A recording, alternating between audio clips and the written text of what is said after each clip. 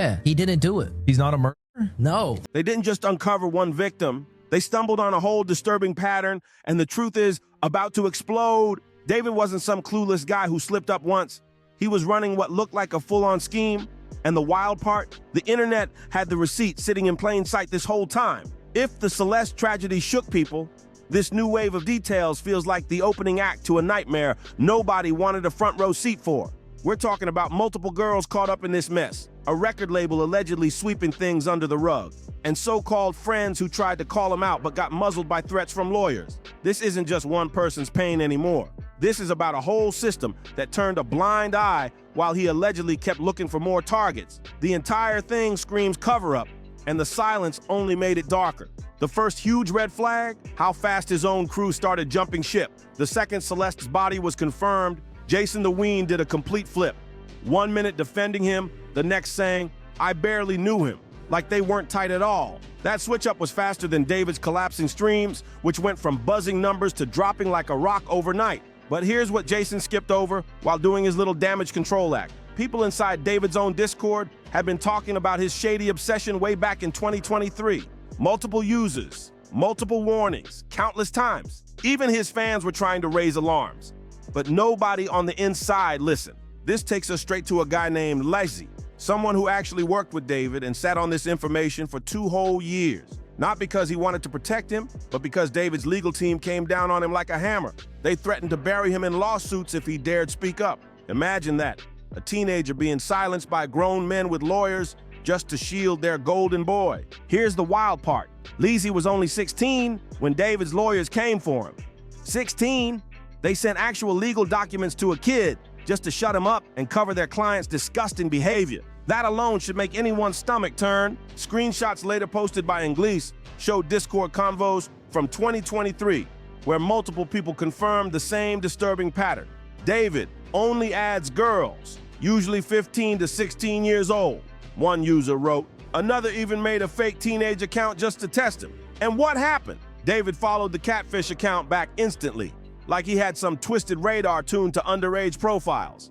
It was sickening.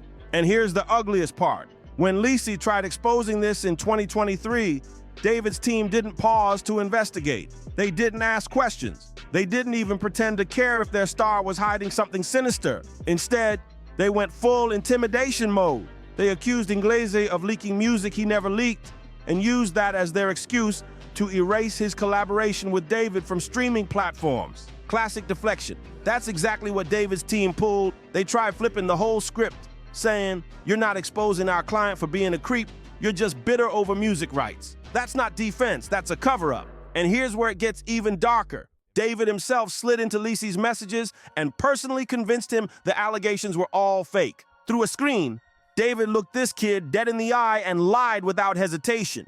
He told him it was all just haters chasing clout, that there was no proof, and that he was being unfairly targeted.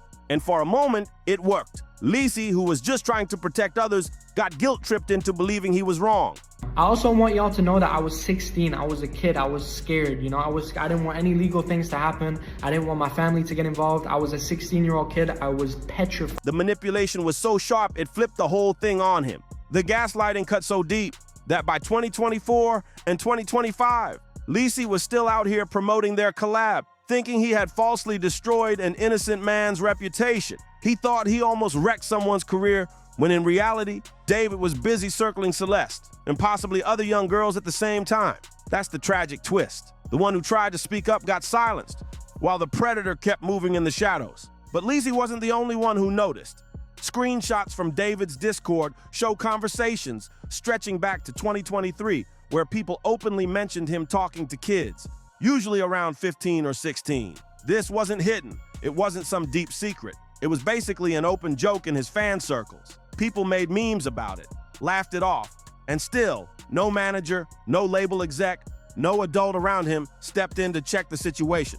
One message hits especially hard. August 2024, someone casually told David to drop the one with the missing girl, Celeste. Now Celeste had been missing since April, and people in David's Discord were already putting pieces together. They knew she was gone, and they were joking about it like it was a meme.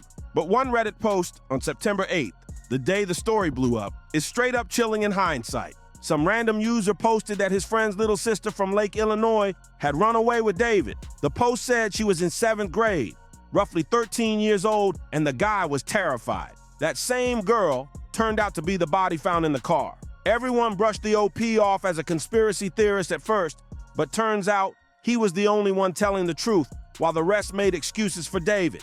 And let's get into the people who should have protected her.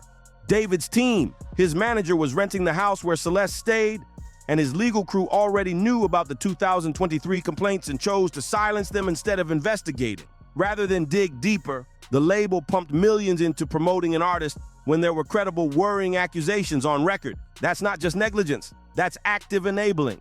These folks didn't just look the other way. They helped cover things up. When brands like Crocs and Hollister cut ties fast, it wasn't just caution. Insiders knew stuff the public didn't. Because companies don't ditch huge deals over baseless gossip, they walked because what they saw in the files made them run for the hills. Finally, there's a demo track called Celeste, allegedly tied to David, that's absolutely disturbing. The reported lyrics read like obsession and harm, and even the idea of that being out there is sickening. If David actually sat down and wrote a track about wanting to control a 13-year-old girl, then we're not just talking about a predator. We're talking about someone who was openly fantasizing about death long before it happened. And when you put the pieces together now, his old posts and songs take on a whole new, sinister meaning. Take that tweet about romantic homicide. He mentioned getting a notification from someone wanting to be with your mom and sister. At first, fans thought he was just being edgy towards some random follower. But now it looks like he was talking about Celeste, a missing girl who desperately wanted to go home. He twisted her trauma into the hook for his breakout hit. That's not art, that's exploitation. And here's a detail that will send chills down your spine. The music video for Romantic Homicide dropped on Celeste's birthday. The woman in the video even looked eerily similar to her. Add in the lyrics, "In the back of my mind, you died," and suddenly the whole track feels like more than a song. It reads like a confession hiding in plain sight, disguised as creativity. But the red flags didn't stop there. David's TikTok reposts were equally disturbing. Clips of cats boiling in water, torture imagery, eating bones. People brushed it off as dark humor, but no normal person reposts content about dismembered bodies or human remains. Those weren't jokes. They were giant warning signs flashing across the screen, and everyone ignored them. Even worse, this wasn't happening in secret. His family knew. His team knew. His friends knew.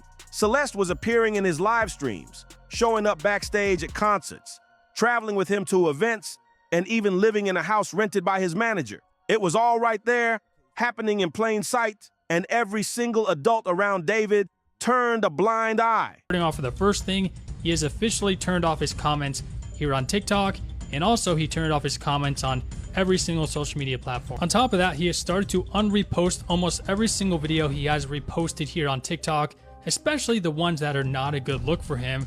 For example, this one right here behind me that he had reposted that he no longer has reposted.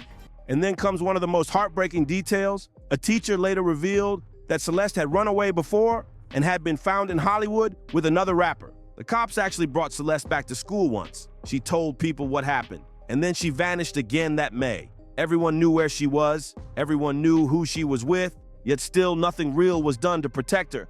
And here's what makes it even worse. After all this, David's music started blowing up even more. Romantic Homicide re-entered Spotify's top 10, and David shot up 63 spots on the global artist chart. People are out here streaming the tracks of a suspected predator like they're just another viral hit. It proves one thing. Fans and the algorithm don't care about lives lost, they only care about clicks and engagement. And then comes his behavior. Wiping posts, deleting traces, vanishing certain comments. Those aren't the actions of an innocent man. If you had nothing to hide, you wouldn't start scrubbing your digital footprint the second a body is identified. That's not caution, that's guilt, written loud and clear. But here's the truth that cuts the deepest. Celeste didn't have to die. If David's team had taken the 2023 allegations seriously, instead of sweeping them under the rug, she'd still be alive. If the adults in his Discord had stepped in instead of laughing and making memes, she'd still be alive. If his family had pulled him back instead of enabling, she'd still be alive. Every safety net failed her because they all cared more about protecting his career than protecting a child. They chose clout over conscience. They chose money over morality. They chose silence over safety. And now, a 15-year-old girl is gone because nobody wanted to ruin David's success. But the internet never forgets. And right now, the trail leads back to everyone who looked the other way. They didn't just enable him, they helped him hunt. Let me know in the comments what you think about these disturbing allegations. And if you found this breakdown eye-opening, make sure to like, share, and subscribe for more.